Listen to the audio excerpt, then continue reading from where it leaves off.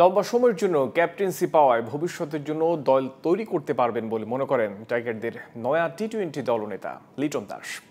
Captaincy পাওয়া তার ব্যাটিংয়ের জন্যও আশীর্বাদ হতে পারে বলে মনে করেন লিটন।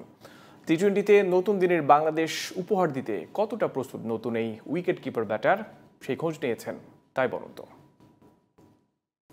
ক্যাপ্টেনশিপ ছাড়া তো আমি খারাপ খেলেছি, সো এখন ক্যাপ্টেন হয়ে আসতেছি, এটাও অপোজিট সাইডেও হতে পারে যে আসার পর থেকে আমি ভালো খেলতেও পারি। সো আমি যেটা বললাম যে আপনার পজিটিভ নেগেটিভ দুইটা জিনিসই থাকবে, বাট ওইভাবে আমার কোনো রোল মডেল নেই যে যাকে দিয়ে আমি ফলো করব বা কোনো কিছু।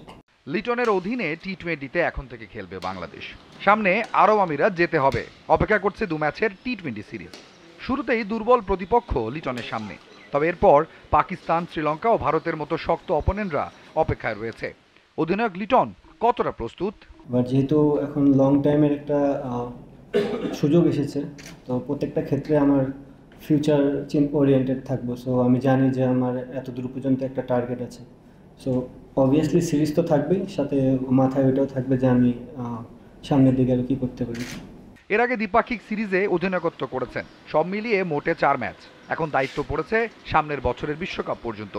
লিটন চাইছেন সে বিশ্বকাপের আগে টি-20তে নতুন ঘরানার বাংলাদেশকে হাজির করতে।